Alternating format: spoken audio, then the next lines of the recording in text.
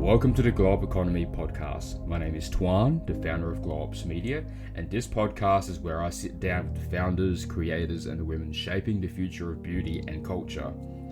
We talk presence, identity, story, and the systems behind influence. If you're building a brand, a body of work, or a world of your own, then you're in the right place. Welcome to the Globe Economy.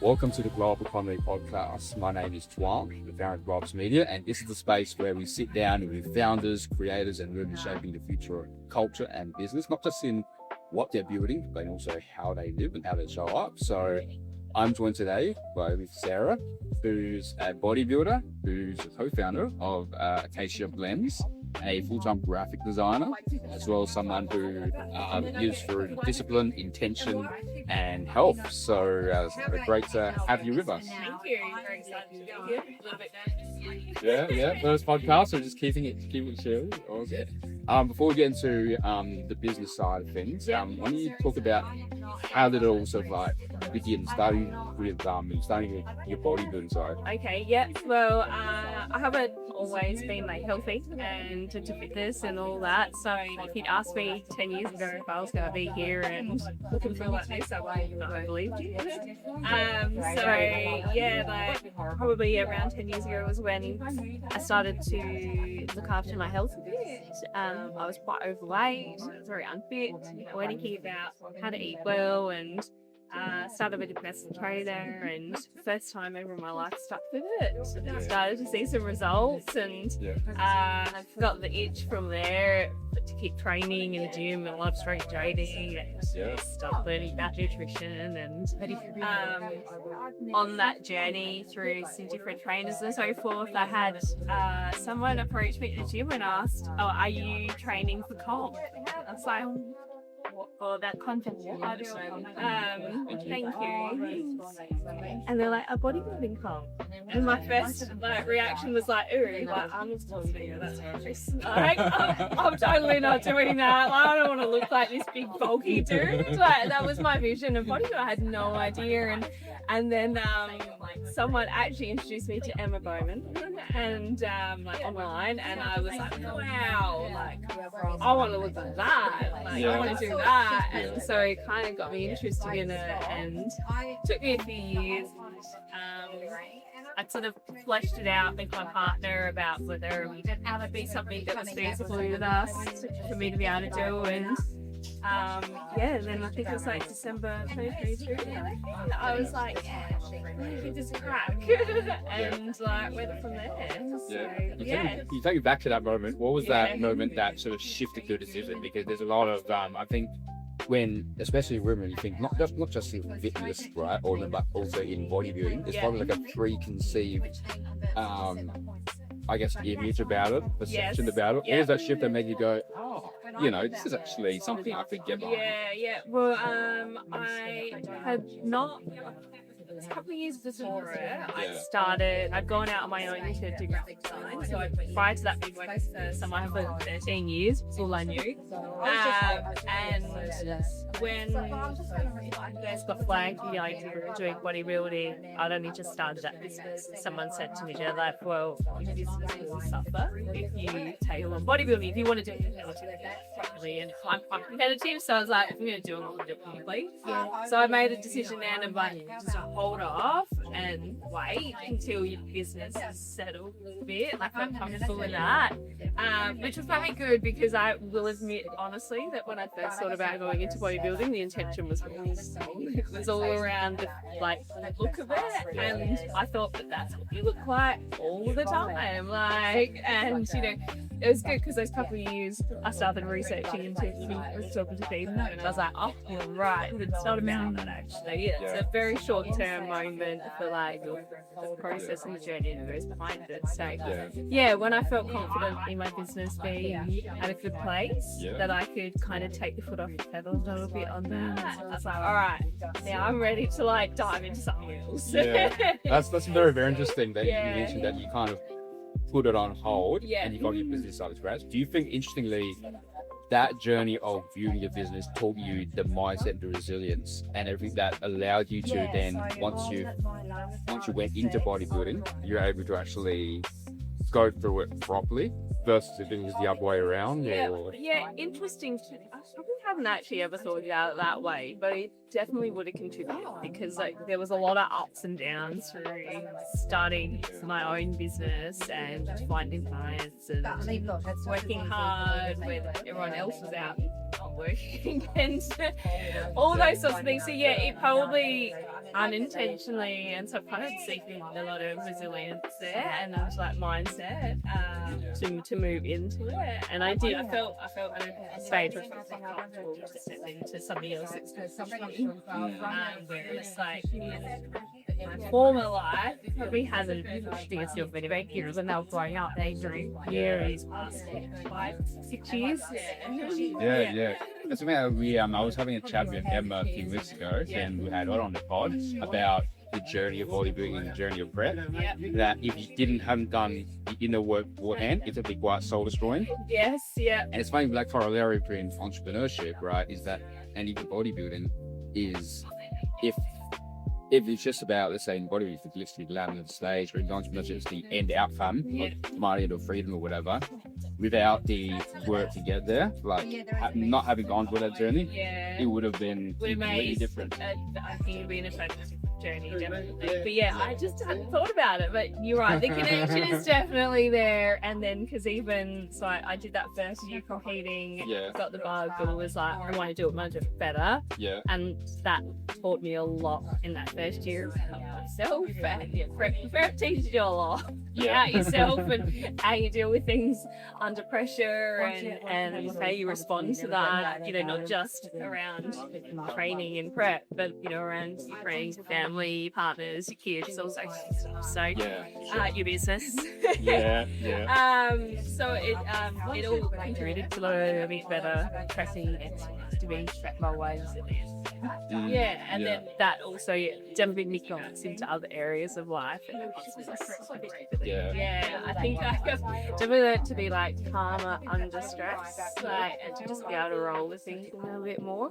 Not all the time. Of course. But you know, it's I think, like I was saying to you earlier, a lot of it's an awareness. So it's like I've got an awareness to a lot of these things because the thing you do, Well, you know, on the outside, right, you develop the discipline, the structure, and do all good intention. But what does that actually like to live and to embody that on the inside and choose to cultivate that?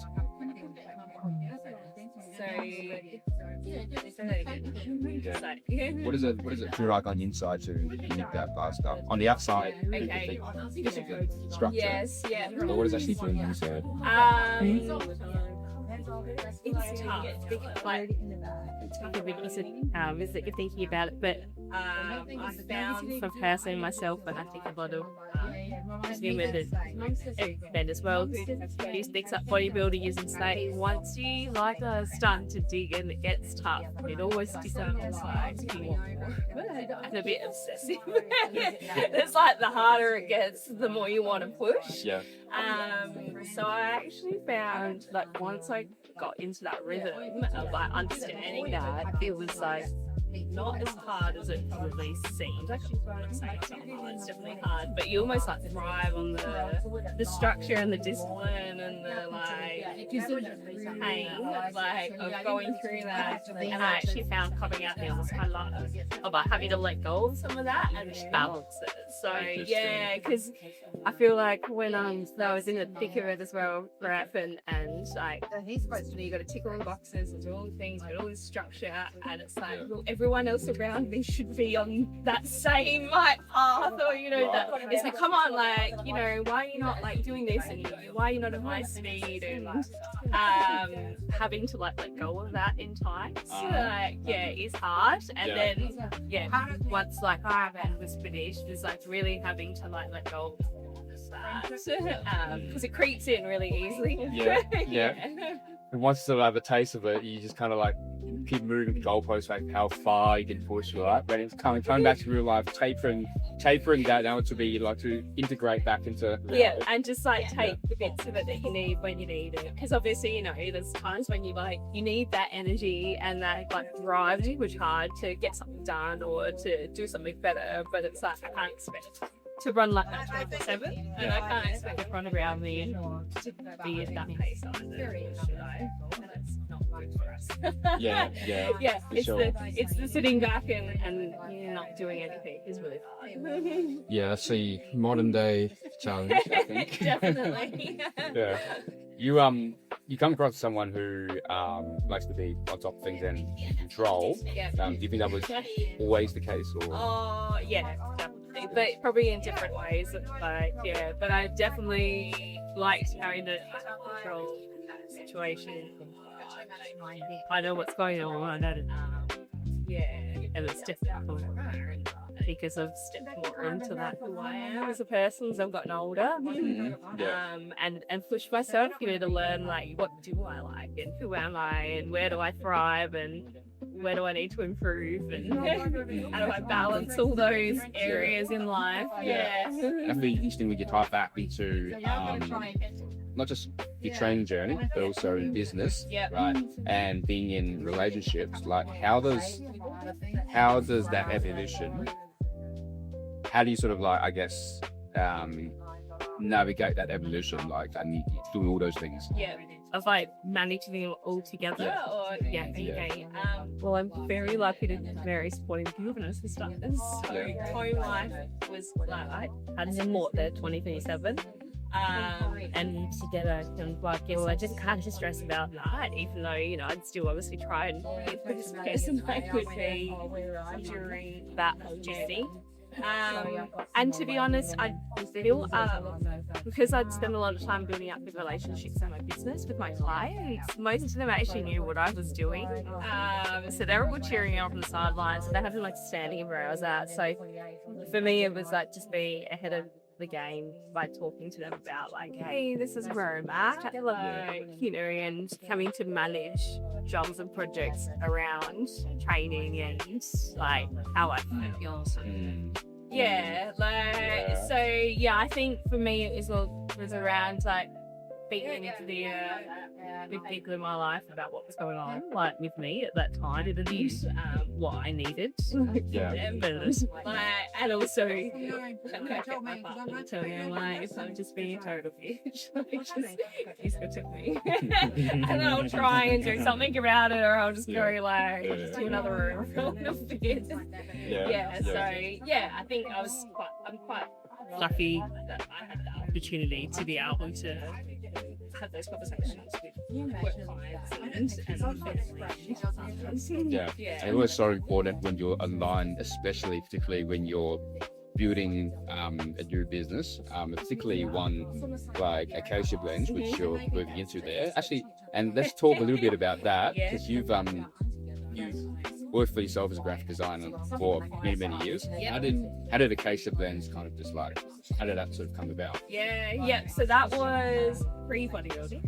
Okay. My partner and I were both sort of investigating different health things ourselves. Like I was learning a lot around nutrition and how like important that is like for your body and your health, and how like you can feel when you're like eating well and doing all the right things, and it sort of led into like this preventative health measures like moving forward. And my partner Chris had been listening to a lot of podcasts talking about mushrooms. I consider this an American podcast, Joe Rogan in particular. And so both of us separately, strangely, had gone on this mushroom and tangent journey where we were like sort of trying lion's mane in our coffee to see if it helped me focus.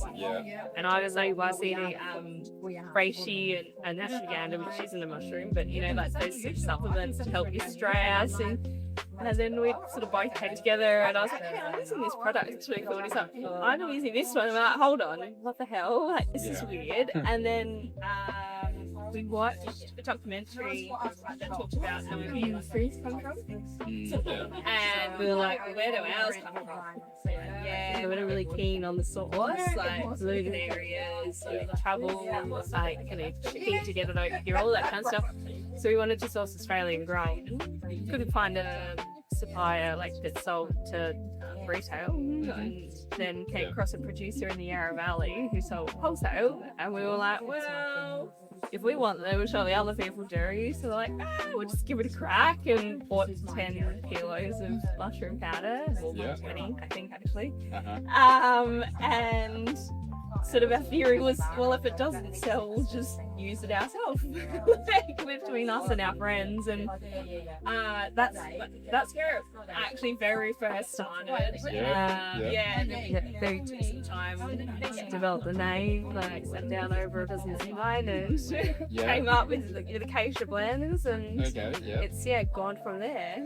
Was it long list of things? Or? I had I love to brainstorm. It's just my like graphic design background. I'm like, a big piece of paper, like let's just put out a heap of like what's important to us, why do we want these, like why do we want to share them, and just pulled like words and values from that, and then we wanted to just because that was obviously keep all your difference, and the acacia tree is very uniquely Australian, which like if people don't know what that is, it's the wattle tree, so the yellow wattle, see it everywhere.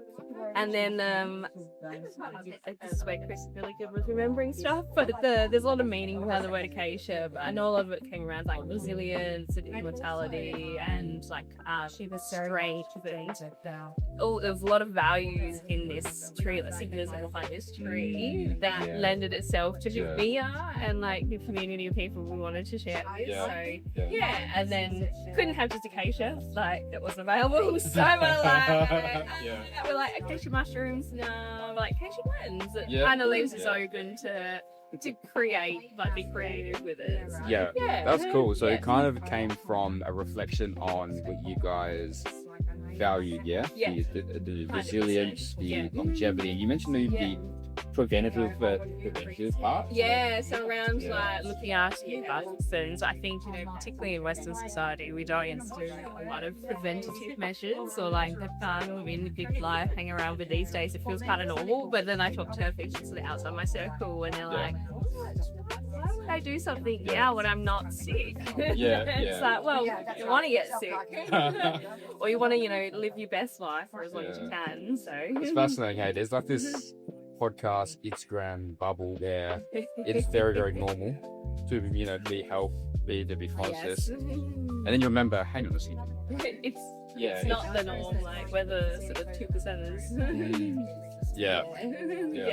To kind of time back to if someone is watching this,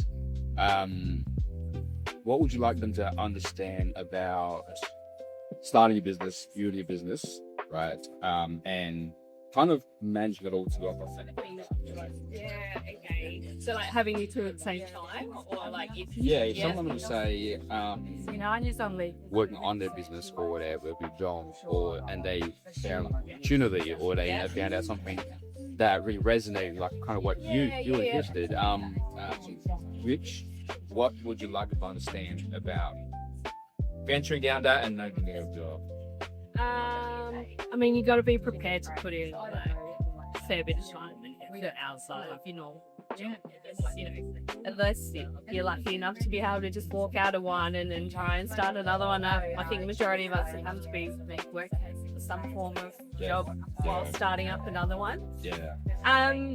I think like being really clear around like your why, like why are you wanting to take this on? Like, is it because you don't like your job you're in now? Is it you want better money? Is it you want to set yourself up down the track? Like, working at that why, so you know what to come back to, like especially when it gets hard. Like why am I sitting up at midnight? Like packing the orders to send out to this. Oh, that's right, because like the sheds, we want to do the community. Creates a great space, and that I think that's important. And I don't know, it's hard because I think I feel like I haven't done anything very conventionally or ordered. Like we've very much gone with the flow of things. And gone up and down with as we could handle what we took on. So I guess maybe that's another thing is like, is there a time frame of like when you want to see it grow on me, like, or do you have flexibility to just let it ebb and flow as it fits into your life? Yeah, because that's how we run it up until now. Now we're like head down, bum up, but it's like this is the year to like get it moving.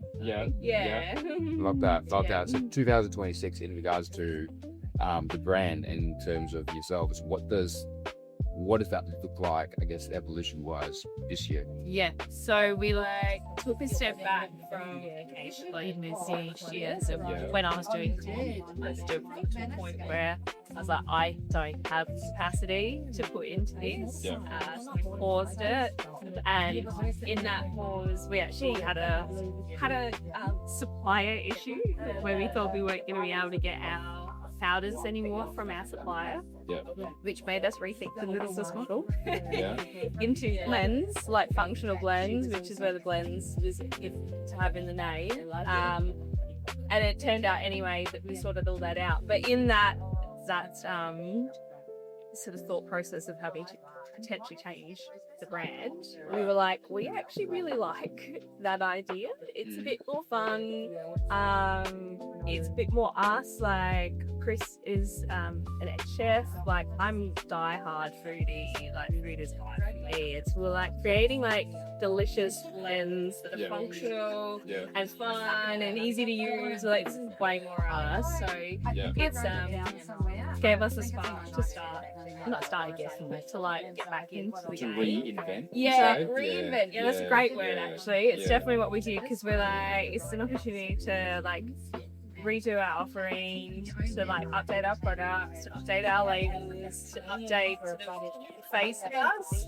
We haven't really pushed that too much yet. So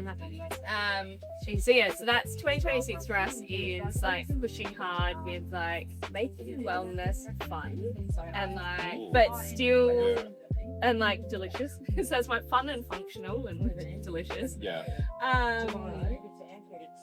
But like without compromising on quality. So that's because I feel like a lot of times I talk to people, you're like, oh, like you can talk about looking after your health and wellness, and everyone's like, oh, it's such a drag. Like, it's so boring, or it's just another thing I have to do.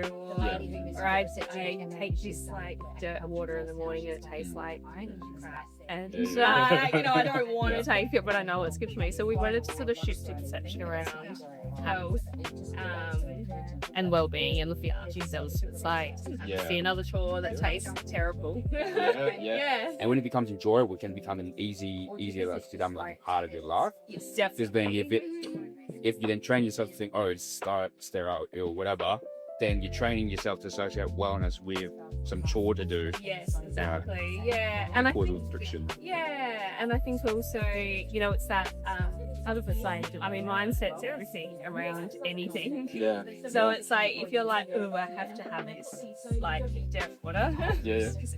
Versus like, oh my god, I can't wait to make my like mushroom hot chocolate for like dinner, like dessert tonight. And I think that like intention behind it when it like you consume it makes a whole different as well, like how you absorb it and then use that.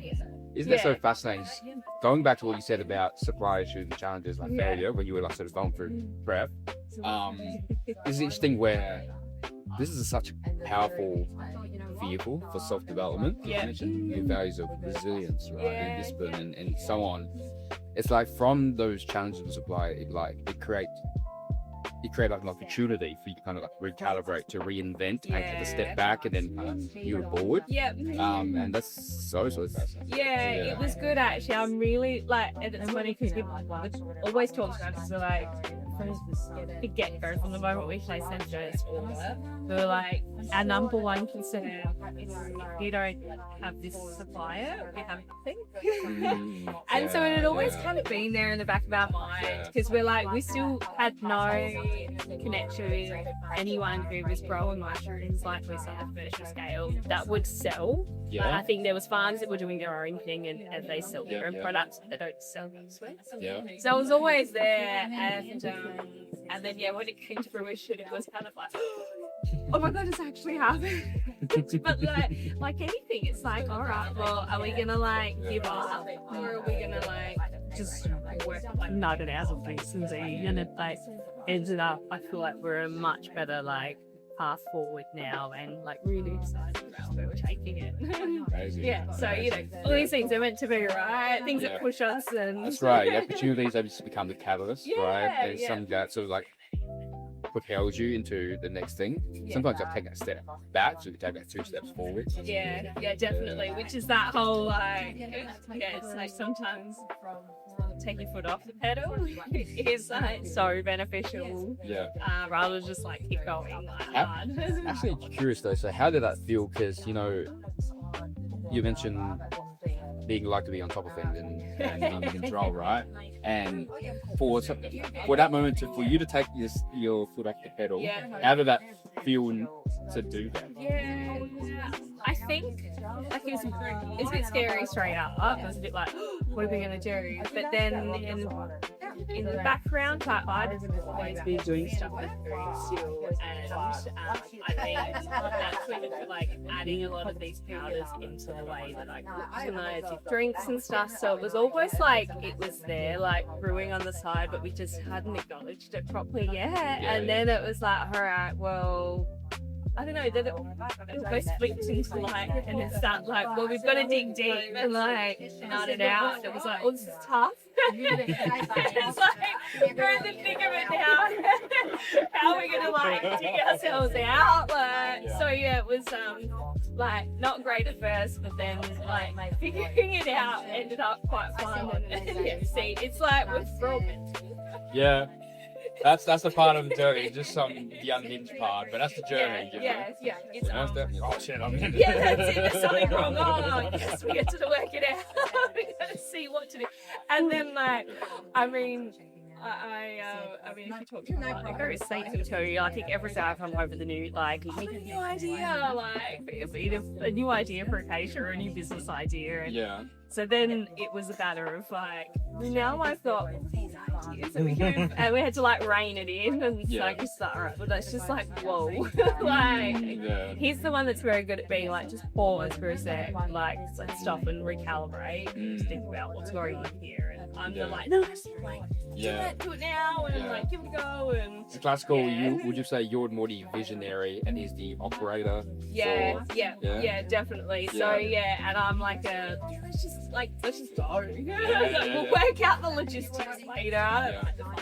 Stuff, because that's boring. So we're very good balance when it comes to that. That's always like the powerful sort of operating system, so to speak. And everybody all knows that it needs to be that integrator who's like loves the details. Right, but you need a visionary who's just spark. You're just moving forward. You're moving fast. You're breaking shit. That's it. You got like it's like this pull both ways so the pendulum doesn't swing too far. It's like just like stay in the middle. You definitely need both. Zooming back out to what's something that people would be surprised to know about you, just from what you hear. Well, I think like the biggest one I get is because I realised that nothing bothers me anymore. Like fitting physically, that like growing up from when I was a kid all the way through to like my 30s, I was quite overweight, and I knew nothing about non-thing. Like, what I thought was healthy eating, stuff healthy eating. Yes, I think that's probably my biggest thing.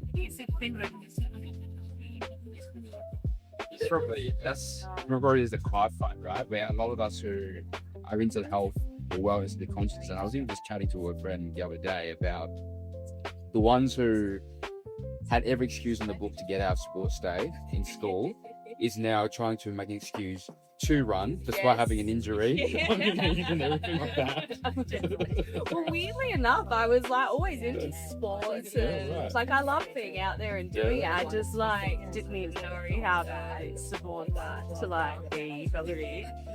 Yeah, I just like I ate terribly and like it's like blessed. Like I spent a lot of time with my grandma growing up, and you know it's like if you go to your grandma's on weekends, there's some treats. Well, I was like there every day, and like the grandma took like treated me every day, so it was just like this complete like undoing of health and knowing anything about how you really should eat on a daily basis. Yeah. This has been a great conversation. If you were to go back to earlier version of yourself, let's do prep one. If you were to go back before your bodybuilding journey, before your business journey, what's a piece of advice you'd give to a younger version of you, not what you know now? Knowing what I do now, that nothing's impossible, like, and to actually go out and give it a go. Because whilst like when I was younger, I always like dreamt of things like, oh, I'd love to have a cafe, or I'd love to have a business of my own, I'd love to do this, or I'd love to be skinny, like all those things. Yeah. But I never believed it was actually possible. I was just like, that's what other people do. That's not what I do. Like, so I think, like knowing that you can do it, you've empowered to do it. It's sort of like a moon drive to work out how. Yeah. And that like no one else is actually watching you as much as you think they are. Like, no way. That's a powerful one. Definitely. I think turning 40 was a big one for that. It was like a switch just flipped, and it was like, I actually don't care. No one's watching. We spend so much of the first few decades kind of just worrying and stressing and all these things, and then I guess it reaches a point where there's almost that exhale or freedom of and it's like, oh wait, you're doing the same as what I'm doing, which is just worrying about myself. And what everyone has in common is the worrying about themselves. Exactly. worrying about me.